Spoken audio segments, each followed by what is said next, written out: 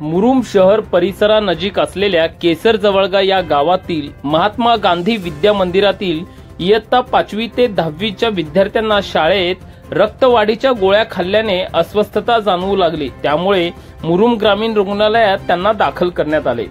याबाबत अधिक माहिती अशी की मुरुम शहर परिसरानजीक असलेल्या केसर जवळगा गावातील महात्मा गांधी विद्या मंदिर या शाळेतील इयत्ता 5वी ते 10वीच्या तब्बल 180 विद्यार्थ्यांना दिनांक 9 डिसेंबर सोमवार रोजी शालेय पोषण आहाराच्या माध्यमातून रक्तवाढीच्या गोळ्या देण्यात आल्या।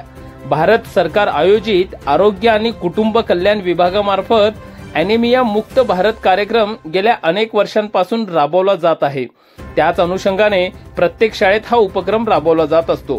पोषण आहाराच्या माध्यमातून गोळ्या खाल्ल्यानंतर 180 विद्यार्थ्यांपैकी अनेक विद्यार्थ्यांना अस्वस्थता जाणवू लागल्याने त्यांनी शिक्षकांना कल्पना दिली असता महात्मा गांधी विद्या मंदिराचे सहशिक्षक योगेश कोडलंगरे यांनी वाहनांची सोय करून वाहनांच्या माध्यमातून तातडीने मुरुम शहर ग्रामीण रुग्णालयात विद्यार्थ्यांना दाखल केले।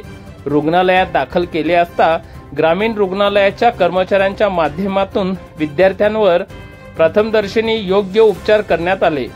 यावेळी पहिल्या टप्प्यात 19 विद्यार्थी तर दुसऱ्या टप्प्यात 16 विद्यार्थ्यांना रुग्णालयात दाखल करण्यात आले। त्यात 3 विद्यार्थ्यांना उलटीचा त्रास जाणवत होता तर इतर जणांना मळमळ असा त्रास जाणवला। असे एकूण 35 विद्यार्थ्यांवर ग्रामीण रुग्णालयात दाखल केल्यावर उपचार सुरू होते। उपचारानंतर सर्वच विद्यार्थ्यांची परिस्थिती सुधारली।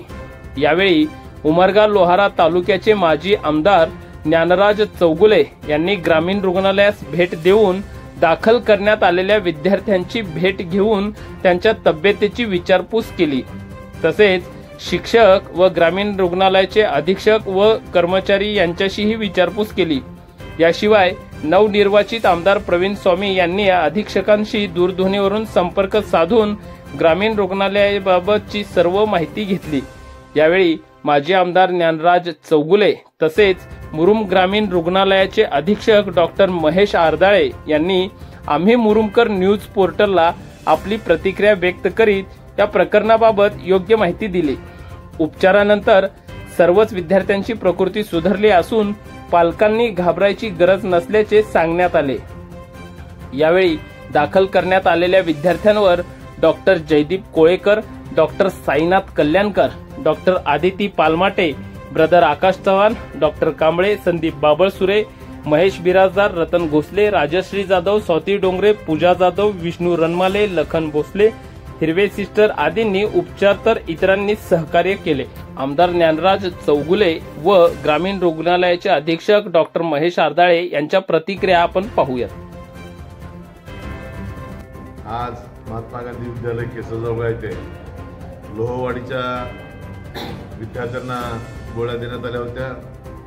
त्या दिल्यानंतर काही विद्यार्थ्यांना मळमळ आणि उलट्या व्हायला लागल्या। अशा जवळजवळ 19 विद्यार्थ्यांना हे सिम्पटम्स दाखवत असताना तातडीनं सरपंच व गावातील सगळ्या शिक्षकांनी मिळून विद्यार्थ्यांना मुरुम इथं रुग्णालयात दाखल केलेलं आहे। सध्या विद्यार्थ्यांची परिस्थिती अत्यंत सगळे छान आहेत। डॉक्टरांनी चांगल्या पद्धतीचा इलाज त्यावर केलेला आहे। याबाबतीत कुणीही घाबरून जाण्याची गरज नाही आहे।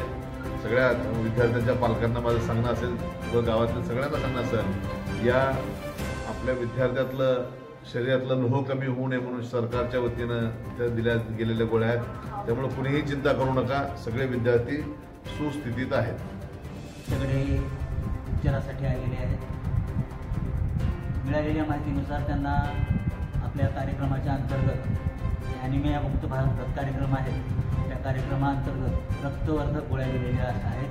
त्यानंतर काही मुलांना उलटी, मळमळ व पोटदुखीचा सौम्य त्रास झाल्यामुळे ती मुलं इथं आलेली आहेत। आम्ही आणि आमच्या वैद्यकीय टीमने त्यांच्यावर तातडीचे उपचार केलेले आहेत। जे मुलं सौम्य होते त्यांना काळजी म्हणून आम्ही उपचार चालू केलेले आहेत। त्यापैकी 4 मुलांना थोडंसं डिहायड्रेशन झाल्यामुळं सलाईन लावलेलं आहे।